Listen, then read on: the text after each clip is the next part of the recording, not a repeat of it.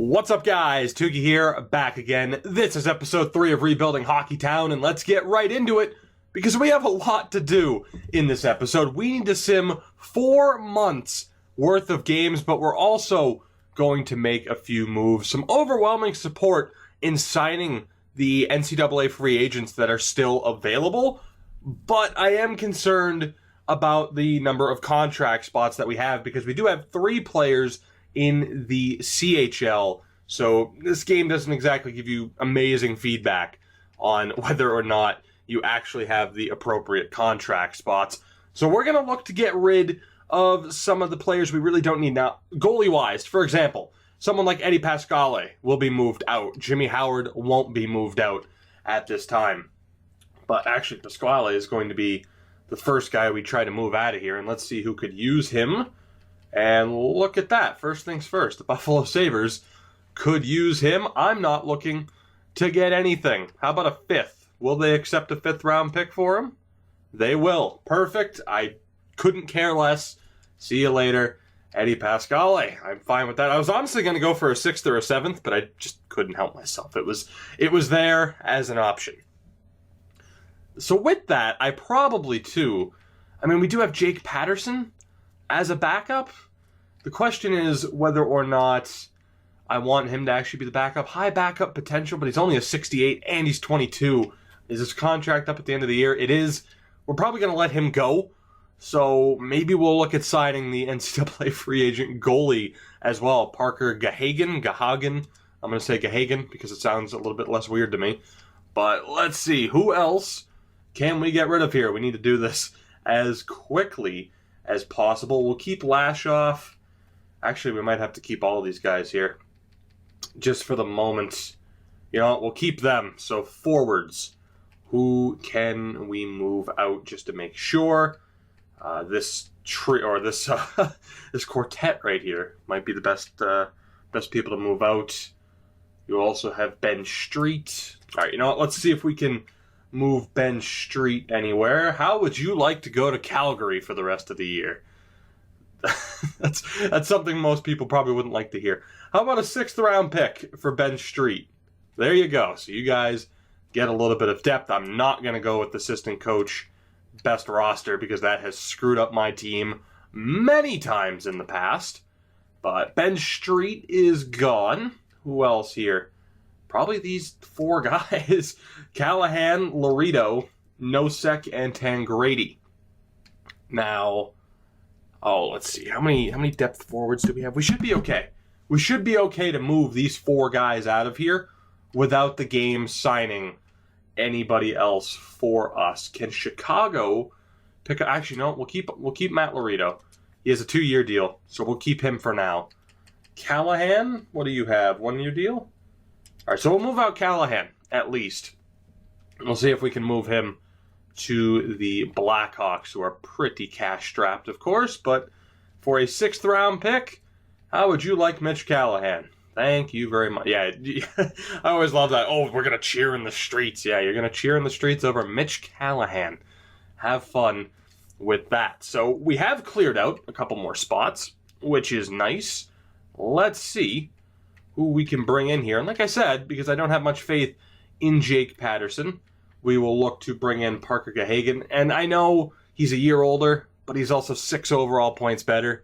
So I'd rather put my faith in him to become a little bit of a better player. Defensively, no question. If we were only going to sign one guy, it would have been Daniel Brickley. And we'll look to get him on a 2-year deal. And then for forwards, it was the trio of centers. I'm not going to sign a medium top 9 guy. I have a bit more faith in high bottom 6. So that's Klus, Dries, or Vecchione. He's 23, though. So I'm looking at these 2 guys here, and you have Dries, who is an overall point better. I did just hear someone knock at my door, which makes me scared that my dog's going to freak the hell out, so hopefully that doesn't happen. But between these 2, Dries is more of the defensive player, Klus more of the offensive player. And there goes my dog. Cut it out. Cut it out. I'm keeping this live. Cut it out. And I think the best player to go for would probably be Dries. I'm powering through it. You can stop. You stop that, damn it. We're going to go with Dries. He is an overall point better. We'll look to sign him to a 2-year deal. And with that, we should be good to move forward here. And, yeah, like I said, we have 4 months worth of games to sim. We have a long way to go, so buckle up. This might be a longer episode, but this is the time where we will figure out whether or not we are a playoff team. Those big trades, potentially Jimmy Howard, Zetterberg, Cronwall, all the big trades that you would expect in a franchise mode with Detroit will happen in the next episode if we are not a playoff team. And the good thing is we did get those 3 players to sign for us down in Grand Rapids, so let's quickly go get their lineup set.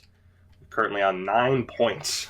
A whole 9 points so far from this team. That is lovely. Let's just go best lines here. And let's see. Who is scratched? Now, Christopher N., Christopher Ein, whatever. We'll probably look to keep him in the lineup unless there is a big name that's kept out. No, he's good. I mean, it would be Valatalo or Sadawi, sorry. So he will stay. That lineup looks fine to me for the most part. Let's actually take a look. Svechnikov? No. Who did I want on that right-hand side? You know what? It doesn't matter. It's good enough to me, although we will move Cleary down to the 4th line. Defensively, we need to take out Connor Allen and put in Brickley. And with that, we are looking good. Goaltending, let's take out Cal Heater and have Kahagan as the backup. He'll be the starter, of course, if we end up trading Jimmy Howard, because we will keep Jared Coro on this team for a decent amount of time, at least the rest of the year. God, we're only 12 games into this, and we still need to get past the All-Star break, so let's go.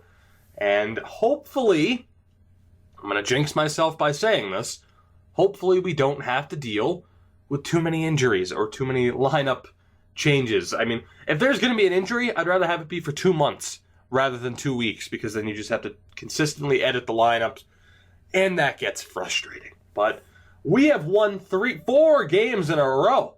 Don't look now. The Red Wings aren't as bad as you thought they were. They're still pretty shit as we get crushed by Washington. But we might not be that bad. So that is good. Although, is it really good? I would probably rather have us get a high pick this year, and getting crushed by Buffalo is a good way to do that. And one of our goalies just played a back-to-back, so somebody just missed out on the start. But I'm okay with that. Screw it. I am okay with that. We will make sure, though, that whatever goalie's in will not play that Islander game a week from now. I don't know what to say. That's just the fact. I don't know what to say. It's just a matter of sitting here and waiting to see how this team performs, which, to be honest, so far, 10-10-5, hell of a lot better. Hell of a lot better than I expected. We are on 25 points.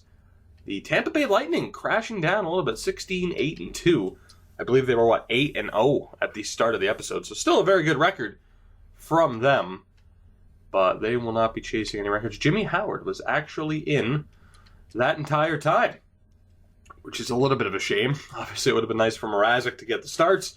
But now we'll go on an extended run with him in goal. How many games to our next back-to-back? Quite a few. So he'll play up until that Tampa game. We'll feed Jimmy Howard to the Wolves with that one. But Mrazek gets the win and shootout, back-to-back wins. And there's the injury. Axel Holmstrom. We'll just go assistant coach. Put him in or replace the player. Just best lines, but it screwed up the goalie situation and the defensive situation again. So no need to do that. 3 straight wins for Petr Mrazek. Not too bad at all. Let's get Holmstrom back in the lineup. The AHL definitely looking a little bit weaker on paper after those trades, but in the long run, of course, it'll work itself out. We needed to free up some spots anyway and factor in those AHL players that I still want to sign, hopefully this season, to get rid of them. And did I mean to go 6 weeks on those? I mean, I am only going to scout the CHL.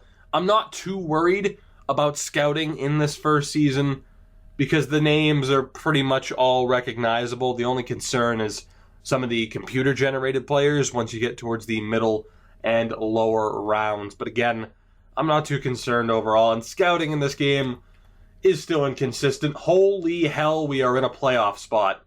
16, 11, and 6.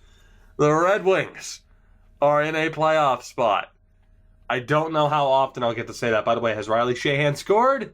4 goals for Riley Sheahan. Look at that. What a beast. 4 goals on the year for Riley Sheahan. But we are in a playoff spot right now. I have to look. I'm sure we have games at hand on somebody.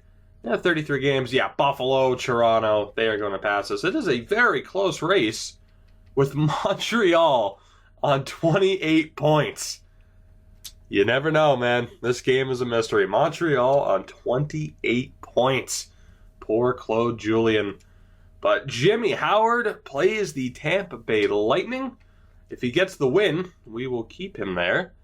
Can he? Nope, and we got shut out 4-0. All right, back to Mrazek as we move forward. And just like that, 1 loss, we drop back into 5th. So it is a close race, but we can say that we were in a playoff spot. I don't know how often we'll get to say that, but we were in a playoff spot just before Christmas. So that is fantastic. Now if we could just plummet back down to reality, that'd be great. And we have a Western road trip coming up. That will kill our playoff chances, I'm sure. We'll have to wait and see what happens there. But we get the win against the Florida Panthers. Not too bad. We are breezing through December. Again, knock on wood, it's been nice. We have avoided injuries. I was a little bit scared, in the last episode, the first month of the season, where we picked up a couple of them. But overall, things aren't going too bad. I guess we played Toronto in the Winter Classic, the Centennial Classic, and we picked up the 4-3 win. Not too bad. 20-12-7. What is going on with this team? Henrik Zetterberg might not be going anywhere. If we are in a playoff spot, we're not going to necessarily buy. We're not going to be like, oh, okay, cool, we're winning. Let's go get, Mikhail Bodker or something like that. We're not going to go out and get these amazing players. We might pick up a few pieces to help increase our chances of success, because it would be nice to keep the streak alive. But we're not going to hinder the future to do that. So, some people might be like, oh, you're in the playoffs, trade Svechnikov for whoever. That's not going to happen. We're not going to leverage the future just to try and win the cup this year. If it happens, it happens. If we make the playoffs, it could obviously happen. That top line is doing all right. Just wanted to check that really quickly. January 6th, and the Detroit Red Wings are in a playoff spot. Unreal. We will be halfway through the season after this game against the San Jose Sharks. We will, maybe, right now we're technically a 500 team, and now we're just slightly above 500. 21 wins, 20 losses in total. I don't know what to say to that. Especially, too, at the start of the episode, where we make those trades to bring in some better AHL players, or at least better for the future. I don't get it. Even Grand Rapids, they have 14 wins. They're not looking like they're going to be a playoff team at this rate, but we're winning games. We are winning games. We just beat Montreal, too. Oh, my God. This series, and how you thought it was going to go, it might not happen that way. If we traded Zetterberg and Kronwall right at the start, then yeah, we wouldn't be competing for a playoff spot.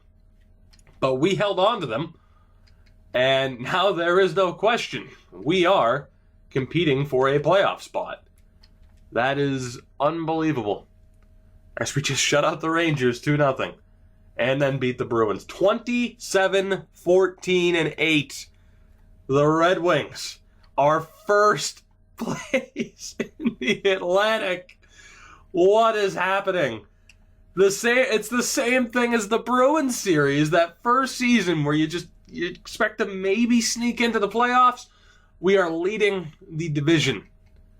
I don't get it. I don't. Mrazek has a .933 save percentage.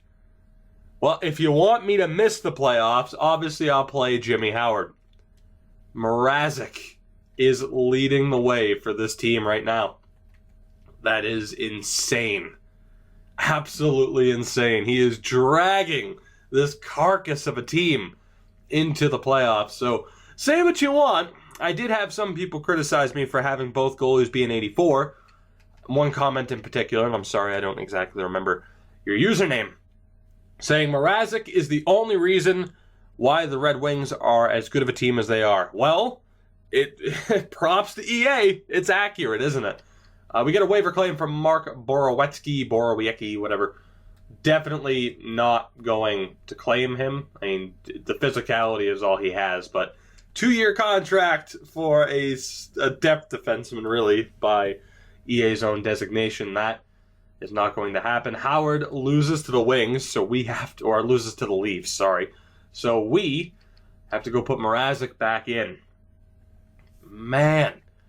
Now, we still have a month to go. We still have a month to go before we're stopping. I'll actually show you our stopping point here. It'll be just before the deadline. It would be nice, and I know a lot of people have said this, if the trade deadline was still actually a thing, but it's not. Speaking of which, I really should look for trades. We're going to stop right here on February 26th, or at least in that massive gap between games. I do wonder, though. Hopefully I didn't miss out on looking at any trades. Either no trades have happened, or we simply missed them. Maybe I simmed too far ahead. I'm honestly not sure. As Borowiecki cleared waivers. Hopefully I didn't miss any trades. I always forget to look. I always do, and I don't know why they wouldn't show up. Because obviously our trades, the ones that we made already aren't showing up. So it's tough to tell, but as we approach the trade deadline, I will hopefully remember to look. It would be nice if, every trade throughout the year was actually still visible. But I guess that's just a convenience ask as opposed to something that absolutely needs to be in the game. I don't know. But we are still currently in a playoff spot. The Atlantic is pretty close overall. But the fact that we saw first place in this division in January is mind-boggling to me. Absolutely. We will play Jimmy Howard against the Nashville Predators. Mrazek goes right back between the pipes, whether he wins or not, and he did not win. So Jimmy Howard really struggling for us, which, I mean, it would be a hard sell to find a trading partner for him right about now. That's for sure. Even if we are in a playoff spot, we could look to still get rid of him. And we will definitely check to see how Jared Coro is doing up to this point down in Grand Rapids. They, of course, don't have that great of a record, but he could still be performing at a high level. We end up losing to the Caps. Can we beat the Blue Jackets again? No, we cannot, but we do pick up a point. Not too bad. We have just breezed through these 4 months, still in a playoff spot.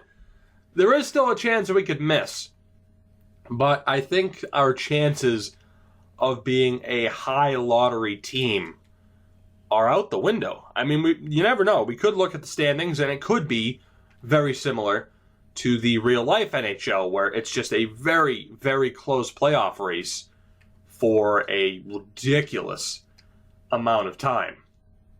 But let's see here. Let's 5 weeks? Let's go 5 weeks just to try and make sure we can at least scout out the CHL. That is the priority. But I don't know what to say to this. Bertuzzi did fall back down an overall point. That is a shame. Jimmy Howard with a .904 save percentage, still a .931 for Mrazek. He might drag this team into the playoffs. Let's quickly look at the standings, though. I do want to see what it's looking like here. Yeah, even Montreal and Toronto at 59 points aren't out of the playoffs. They could easily turn it around. But you look at the entire league, Washington on top at the moment. Down at the bottom, 43 points for the Devils. Man, that's brutal. That is brutal.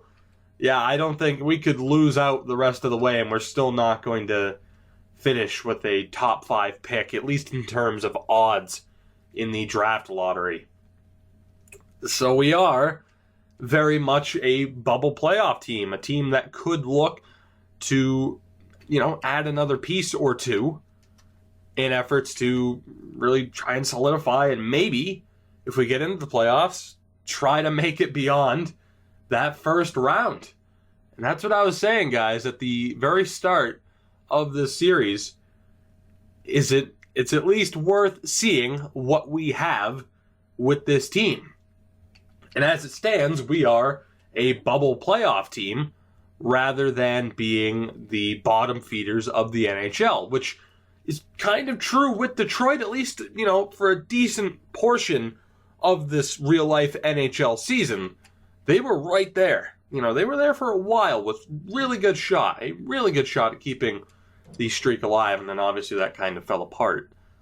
But, yeah, I don't think, as it stands, that we will be trading the likes of Henrik Zetterberg and Nicholas Kronwall. It looks like they're going to stay, just like they did in real life. I mean, we have a chance at the playoffs. Why risk it?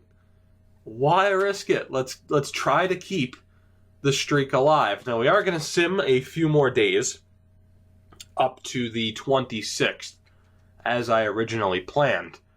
Just that I imagine other teams that have games in hand and still have some time to make up, they'll be playing their games right now, and the standings will be a little bit better. Eric Tangradi goes down to an injury in Grand Rapids. Not the end of the world, although he is, I believe, their best overall player offensively.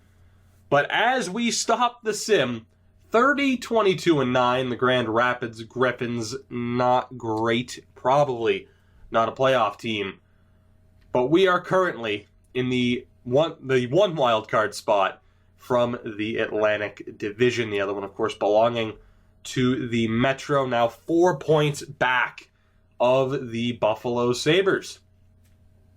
I cannot believe it. Simply put, I cannot believe that we are in this spot right now. There is a good chance that we get passed by Ottawa, but who would have thought? Montreal, 63 points, the bottom of the division. Tampa and Washington battling it out for the President's Trophy. Chicago, Pittsburgh, New York, all still right there in the running. You take a look at the bottom feeders, it is still the New Jersey Devils. Surprising with Corey Schneider, but I guess there's only so much he can do. Their defensive situation isn't great. You look at goals for per game. How is our offense doing? We are middle to low end of the pack. And you know what? That's probably going to be the case for most of the stats, so we won't even bother. Grand Rapids, not out of it, but probably won't be a playoff team unless we make some depth additions. We'll take a quick look at the player stats as well. I cannot believe that we're talking about buying, moderate buys, not, like P.A. Parento for a 6th level, not Kevin Shattenkirk level, but Mrazek, 38 games, 21, 10, and 3 with a .931 save percentage. Jimmy Howard, of course, started off the episode in goal, 27 games played, 9, 12, and 3 with a .904 save percentage. Not amazing. Not amazing. And if we look down at Jared Coro, 53 games with a .920 save percentage on a pretty rough team, we could still potentially look to trade Jimmy Howard. We can look for a team that could use a better backup goalie, and we can see if we can get a deal done. We can call up Jared Coro. Parker Gahagen will get the starting job. He's up to a 76 down in Grand Rapids, and we'll just have Cal Heater or whoever be the backup. Speaking of which, though, it would still be nice to sign those players that I talked about in the last episode to be able to clear up those contract spots in Grand Rapids for the next year. But we could still realistically trade Jimmy Howard. It would just be a matter of finding the right spot. And it wouldn't make too much sense to trade him to New Jersey either. But, there could still be a team, bubble playoff team, a legit playoff team, that could use a better backup goalie. So Jimmy Howard, I think, might still be on his way out, and that is mainly due to Jared Coro performing at a high level. Mike Green, currently our leading scorer defensively. We could look as well at maybe getting another defenseman for now. Again, I wouldn't want to have it be a major buy. Although Nick Jensen, in fairness, has gone up an overall point, and he is a plus 15. He and I watched the Bruins-Detroit game, and I'm like, oh, okay, I totally know how to pronounce this guy's name. It never happens. It never happens. I cannot say it properly. So I'm going to call him Xavier. Hope you don't mind. So I don't know if necessarily a defensive buy would work. I mean, we would have to send down Jensen, and there was a strong chance that we would lose him on waivers. So maybe defensively we just stand pat, although we could pick up some depth. But then again, defensive depth, we do have frickin' Lashoff and McElrath down in the AHL. McElrath has 146 penalty minutes. You absolute goon. Taking a look at the forwards, Zetterberg, our leading scorer. Anthony Mantha, not too far behind. Franz Nielsen almost hit the 40-point mark. I'm not really too disappointed in anybody's point totals. Even Tyler Bertuzzi on the fourth line, 16 points. I would have been surprised if he had 10. And Riley Sheahan has scored 6 goals. What a guy. So could we buy at this deadline? Yeah, we could. I mean, there are some players who it might be better to just hold on to them for now. But we could take a look throughout the league. Like, we could look at New Jersey. New Jersey would be a great example. We could try to pick from those bottom feeders without giving up too much. Although there isn't necessarily anybody that deserves to be replaced. It might just be a better bet to hold on to whoever we can and just see how this season goes. Don't necessarily buy, don't risk the future. Aside from Jimmy Howard, there isn't anybody who I feel extremely comfortable in trading. There are certainly options, though. I'm not saying anybody's off limits. We will explore. But the idea of selling and getting rid of Zetterberg and Kronwall, I think that's out the door. We have a chance for the playoffs. And think, Henrik Zetterberg, he's here for a while. If he doesn't retire, we could easily trade him at the draft. Or if he does retire, then, yeah, that's a missed opportunity. But it's a tough call. It is a tough call, and I am looking forward to seeing your opinion. But the fact is, we are in the dead, we are right here. We are in a dead heat in this playoff push. We are absolutely in it. It's just a matter of what we do now moving forward. But again, as far as selling, I don't think now is the time to do that complete sell. The goal is to make the playoffs. The goal is to win. If we were slightly out of the wild card spots, just ever so slightly, I would have said, yeah, let's sell. But we're here, and we have a chance, and I think we have to take it. But again, I am looking forward to seeing your feedback on the situation. So, of course, let me know down in the comments below what you think we should do as we wrap up the first season in the next episode with the trade deadline and the last month or so of the season. Our first season with Detroit, which has certainly taken a different turn, a different course of action, so to speak, than what I expected. If you can't tell, I'm shocked.